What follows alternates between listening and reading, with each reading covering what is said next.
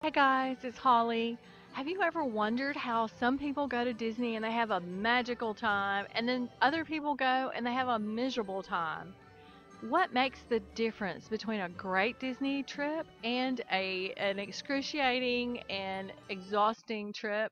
I think the answer is crowd levels. Now, Disney is always going to be crowded, let's face it. But there are times of the year that have more travelers and some that have lower crowd levels. Now, even during a busy time, you can pick certain days that will have a lower crowd level than other parks. And sometimes this is based around some of the events that they have going on, like the Not So Scary Halloween parties or the Christmas parties. And they have special events also that can greatly impact the crowd levels. So, this is what I do to help me select the best parks to go to on specific days during my trip. Now, there are a variety of different websites that you can go to: Disney by Age, Undercover Tourist, and there's touringplans.com, which I happen to have a subscription to. So there are some that are subscription sites and some are free. So just Google search Disney park crowd trackers or crowd levels. And you'll get a selection of different websites to go to and take a look at. And they have a variety of different ways that they categorize their park crowds. Some go by different color levels. So green means good, and yellow is warning, and red means do not go on this day. Or some have number systems. The one I'm using, which is today, which is touringplans.com, they use a numbering system. 1 is a low crowd and 10 is a high crowd. So what I do is I go to my site and I have my little chart here with the parts going across the top, and I do them in this particular order because this is the order that most websites categorize them in. First is Magic Kingdom, Epcot, Hollywood Studios, and Animal Kingdom, and I think they do it that way because that's the order in which the parks opened originally. Down the left column, I put the dates that I'll be going on my vacation. So I've looked at my website, and Magic Kingdom is a 2 on Friday, Epcot 6, Hollywood Studios 6, and Animal Kingdom 6. And I do that all the way down through the last day of my trip.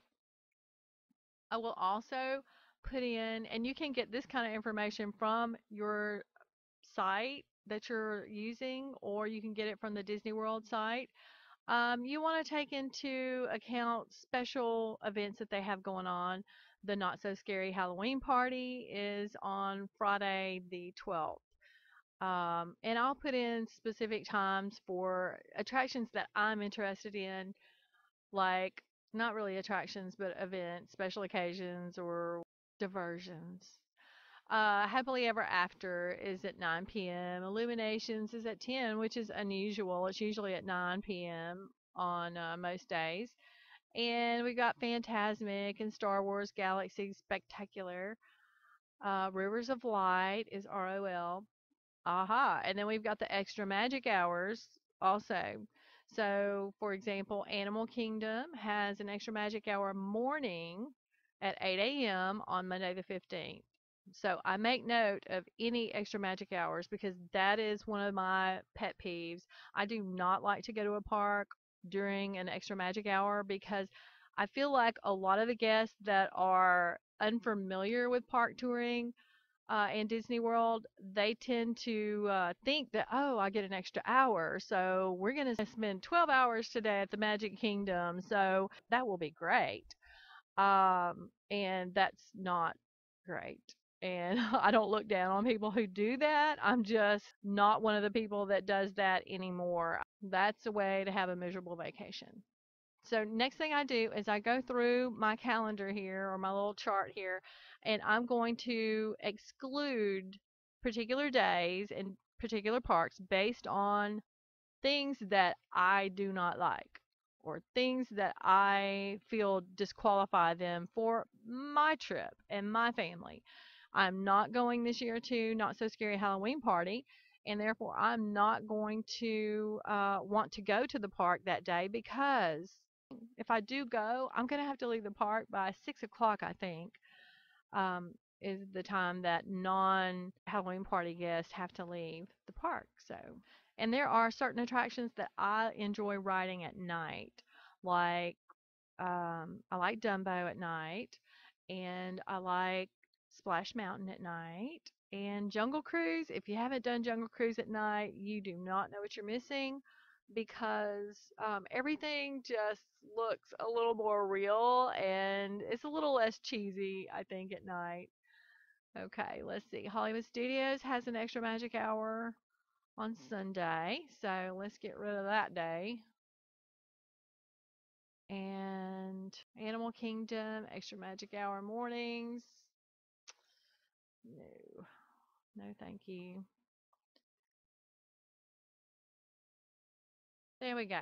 So I think I have everything excluded here. Now on this day at Epcot we have an extra magic hour in the evening at 11 p.m. That's really not going to affect me that much. Usually people that were going to come there for an extra magic hour evening are going to come later in the day. I usually don't do those anyway because I like to be in bed early and I like to get up early so that I can make rope drop the next day. And if I'm out at the parks till 11 p.m., I'm not getting to my room till at least 12 o'clock, 12 a.m., and that just makes for a miserable day the next day. Now, okay, so I have everything, all my exclusions taken care of. And Magic Kingdom, I see I need to make that a priority because I only have 2 days to select from. So we've got a 5 and a 6 level crowd. So obviously I'm going to select the 5 and fill that with. Okay. Now the next park I think I need to make a priority is Animal Kingdom because I have only 3 days to select from. So let's look at our numbers here. We've got a 6, we've got a 5, and a 4. Hello, 4. So I'm going to be going the last day of my trip on Animal Kingdom. Now, sometimes that is a consideration you want to make, which park you want to go to on your first day, or which park you want to go to or end your trip on. Every Disney trip is going to be different. You're going to have different things you want to consider. So, this is not the right way to do it. There's no wrong way to do it. Everything needs to be done suited to your family and your touring style and the things that you like to do. So, but I'm just showing you ways to put this on a chart and make your considerations for your family and your trip. So we need to go to Hollywood Studios the next day. We've got a 6, a 4, and a 5. We've got another 4. I'm going to jump on that. Now, I have 5 days on my trip, and 3 days are already picked. So by default, I need to go to Epcot on Friday and Sunday, and you may know that I do always tour Epcot in 2 days. Now, I'm going to be in a pickle when Hollywood Studios opens up Galaxy's Edge because it's going to be a nightmare with all the Tier 1 fast passes at that park. I'm hoping they change some of the tier ones to tier twos once Galaxy's Edge opens. But right now, you know, it does not look good.